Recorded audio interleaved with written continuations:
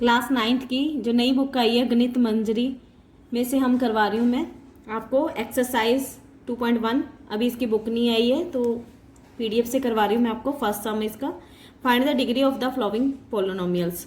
तो इसके जो पोलोनोमियल्स दिए हुए हैं हमें, उसकी हमने लेटेस्ट डिग्री, हाईएस्ट डिग्री, जो इसकी सबसे हाईएस्ट डिग्री है वो बतानी है। इसमें से 2x² - 5x + 3, तो हाईएस्ट डिग्री कौन सी है पोलोनोमियल्स की? x की 2।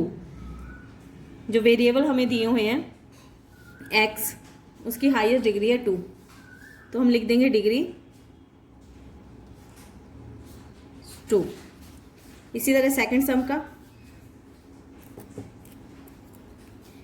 y³ + 2y - 1, इसकी डिग्री बतानी है हमें। हाईएस्ट डिग्री कौन सी है?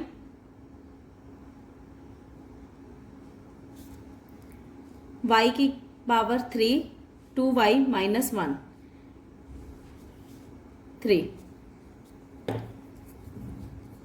इसके थर्ड पार्ट में -9, तो यहाँ देखिए जो -9 है ये क्या है? कांस्टेंट।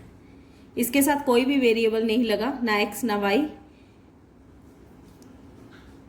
तो डिग्री आ जाएगी 0।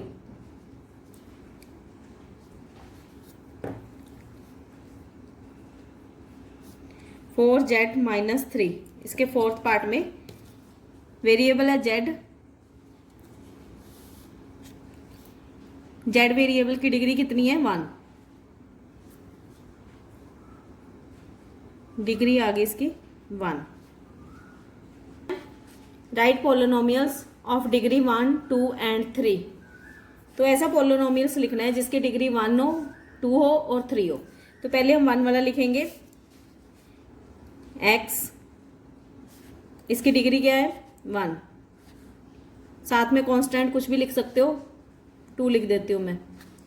और सेकंड है 2 डिग्री वाला लिखना है हमें, चाहे x ले लें वेरिएबल, चाहे y ले लें आप। तो मैं x ही ले लेती हूँ, x² 2 + 5, ठीक है। थर्ड है इसमें 3 डिग्री हो, तो इसमें आप y ले लें, चाहे y³ 3, साथ में चाहे माइनस लगा दें, प्लस लगा दें, 6 कुछ भी लिख सकते हैं। इसके साथ मैं 2 2 3 3 और लिख देती हूँ। इसमें आप x - 2 ले सकते हैं, x + 4 ले सकते हैं, सिंपल x भी ले सकते हैं, y भी ले सकते हैं, y - 1 भी ले सकते हैं, कुछ भी ले सकते हैं आप, ठीक है। और स्केयर वाली में भी y² - 5 ले सकते हैं, y² - 70 ले सकते हैं, y² लेना y² 2 ही है हमें, y + 5 y² 2 - 6, कुछ भी समथिंग ले सकते हैं। लिखना आपको सिर्फ आंसर में एक ही है। ऐसे ही y³ 3 में भी हम चाहे x³ ले लें +7, चाहे x³ 3 - 7, चाहे y³ 3 + 80 समथिंग, कुछ भी ले सकते हो, ठीक है। मुझे उम्मीद है आपको इजीली समझ आ गया होगा क्वेश्चन।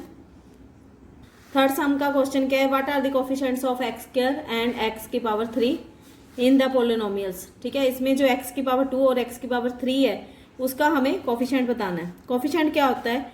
जो इसके आगे लगा होता है, ठीक है।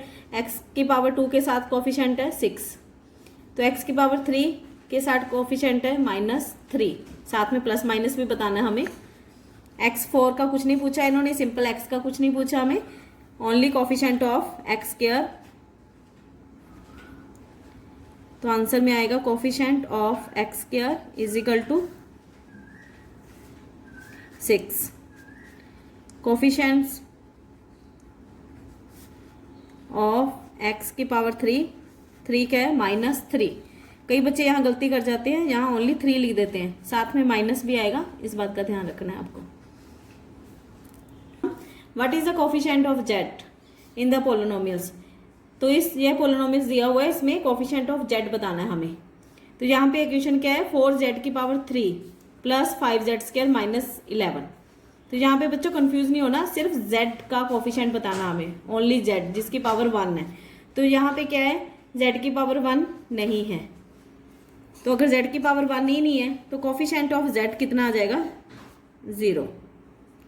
Coefficient of z = 0। Next sum है इसका, what is the constant term of the polynomials.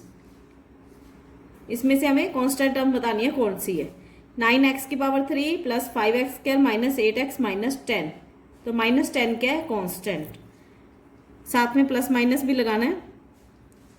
Constant term is equal to -10। ठीक है, तो ये एक्सरसाइज हो गई हमारी कंप्लीट। तो मिलते हैं नेक्स्ट वीडियो में।